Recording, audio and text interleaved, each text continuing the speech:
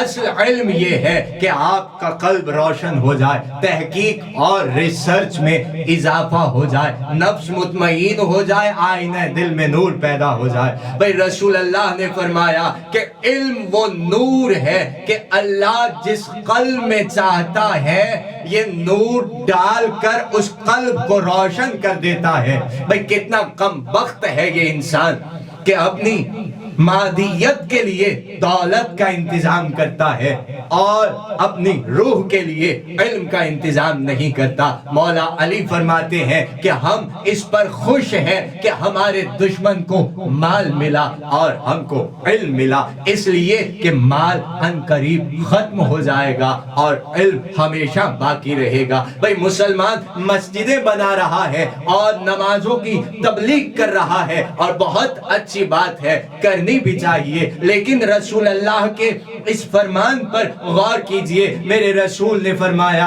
کائنات کے نبی فرما رہے ہیں کہ عبادت گزار صرف خود کو فائدہ پہنچاتا ہے، عالم دنیا کو فیض پہنچاتا ہے، اس لیے عابد سے عالم افضل ہے۔ بھائی علم حاصل کرنا انبیاء کی میراث ہے، علم کے بغیر عبادت فضول ہے، اس لیے رسول اللہ نے فرمایا کہ ہر مسلمان پر فرض ہے کہ وہ علم حاصل کرے، اور رسول اللہ نے یہ بھی فرمایا کہ اگر کوئی ایک علمی کتاب لکھ کر چھوڑ جائے اور اس کے ایک صفحے کے بدلے میں اللہ اس کو آخرت میں ملک عطا کرے گا۔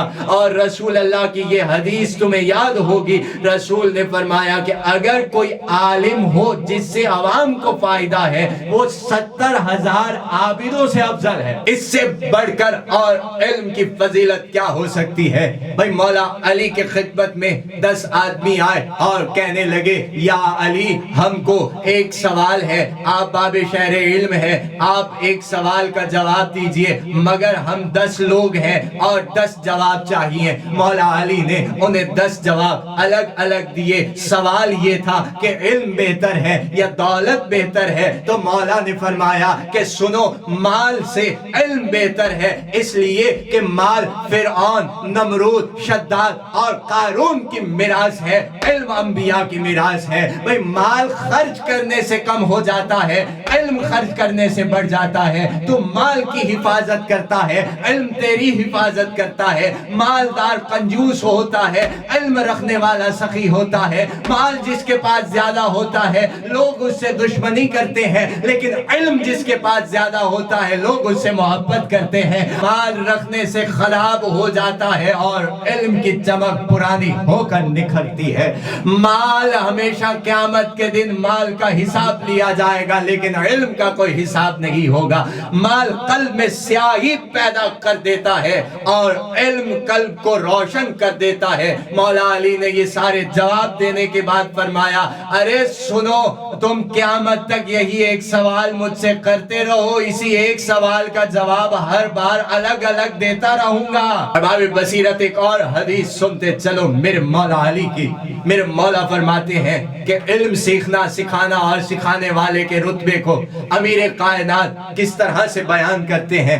مولا فرماتے ہیں کہ جو شخص ہمارے شیعوں میں سے ہمارے علوم کا بتانے والا ہو اور ہمارے کم علم شیعوں کو جہالت کی تاریکی سے نکال کر ہمارے عطا کردہ علوم کے نور تک لے جائے تو وہ قیامت کے دن اس شان سے آئے گا کہ اس کے سر پر ایک ایسا نوری تاج ہوگا جو تمام اہل محشر کو روشن کر دے گا، اور اس کے بعد مولا فرماتے ہیں ایک ایسا شامیانہ اس کے اوپر ہوگا کہ اس کے چھوٹے چھوٹے دھاگے کا مقابلہ تمام سرمایہ دنیا نہیں کر سکتا۔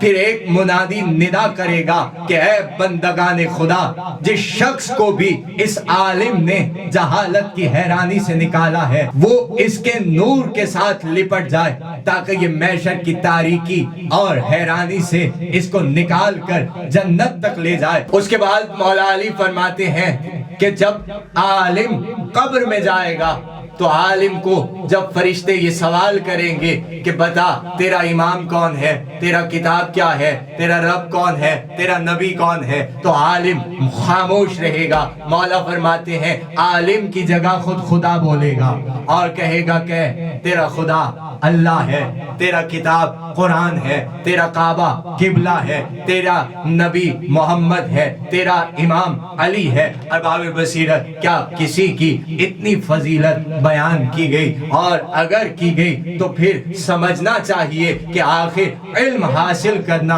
اتنی فضیلت کیوں رکھتا ہے؟ اس لیے کہ علم جہالت کو ختم کرتا ہے، اور جہالت جب ختم ہوتی ہے تب عبادت کی منزل شروع ہوتی ہے، تب معرفت کی منزل شروع ہوتی ہے۔ اس لیے علم ضروری ہے کہ یہ ہر چیز کی بنیاد ہے، ہر مسلمان کو حاصل کرنا چاہیے اور جن کے پاس ہو ان کا احترام کرنا چاہیے۔ صلوات پڑھ دیجئے مل کے بلند آواز سے۔